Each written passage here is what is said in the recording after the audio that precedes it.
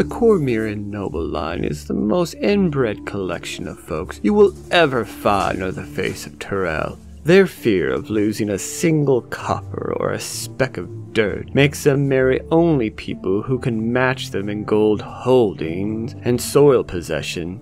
To make sure that your offspring is not married to someone improper, the lords and ladies of Cormyr have set up an extravagant system of titles and ranks to make sure no one weds out of chance. You gain status in two ways. You are born with it, or you marry into it. Some will tell about a hero who slew a dragon and became a noble, a real rags to riches story. But in truth, they don't grant titles for dragon slaying. But nobility is always attracted to a hero with a dragon's hoard, and will fight to the death for who can weave a folk hero into their family's tapestry.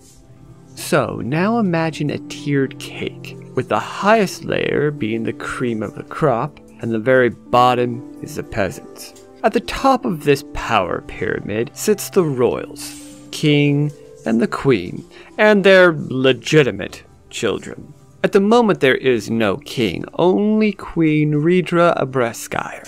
She succeeded her father Eyril Abreskire for the throne, and is yet to take a husband.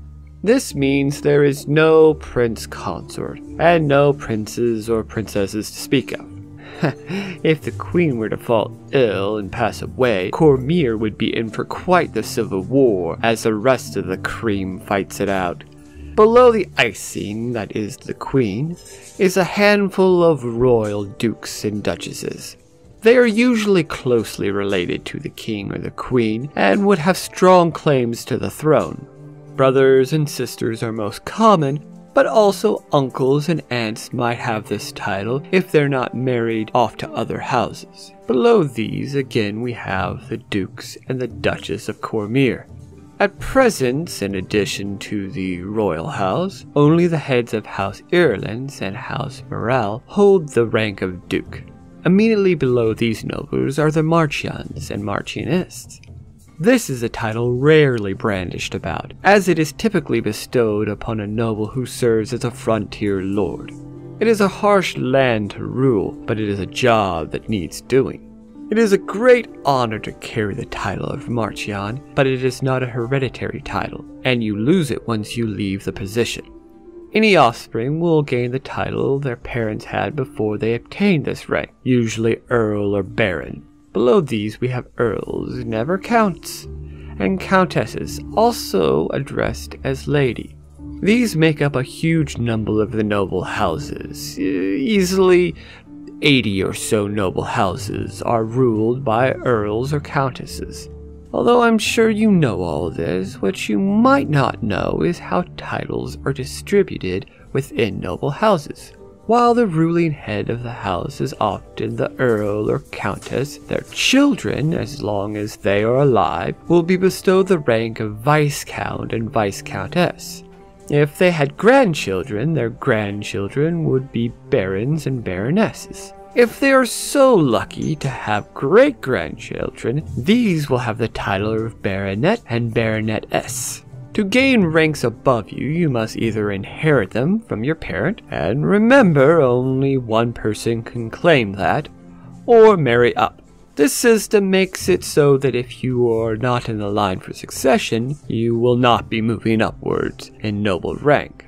And if you are a straggler, you might not end up with a title at all. Ugh.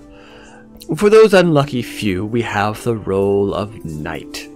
Any gender may become a knight, and they are addressed with the title of Sir or Lady Knight. It is this rank that can be given out to commoners as well, if they serve Cormyr in an exceptional way. Knights do not pass on their titles to their children, so any children would be commoners, while knights retain their nobility. If you want to get into the aristocracy game, and you come from common background, the knight's title is your golden coin entry into the gambling dens of nobility. I would estimate that the noble game has around 60 6,000 players in Cormyr, so be prepared for some competition. Play the game well and you could end up with a keep, a plot of land, and maybe even the title of baronet. Play the game poorly and you will be sent to patrol the Stonelands. And there you have it, Sir Knight. Those are the rules of the game. I wish you luck in your adventures, and may Tymora smile on your future endeavors.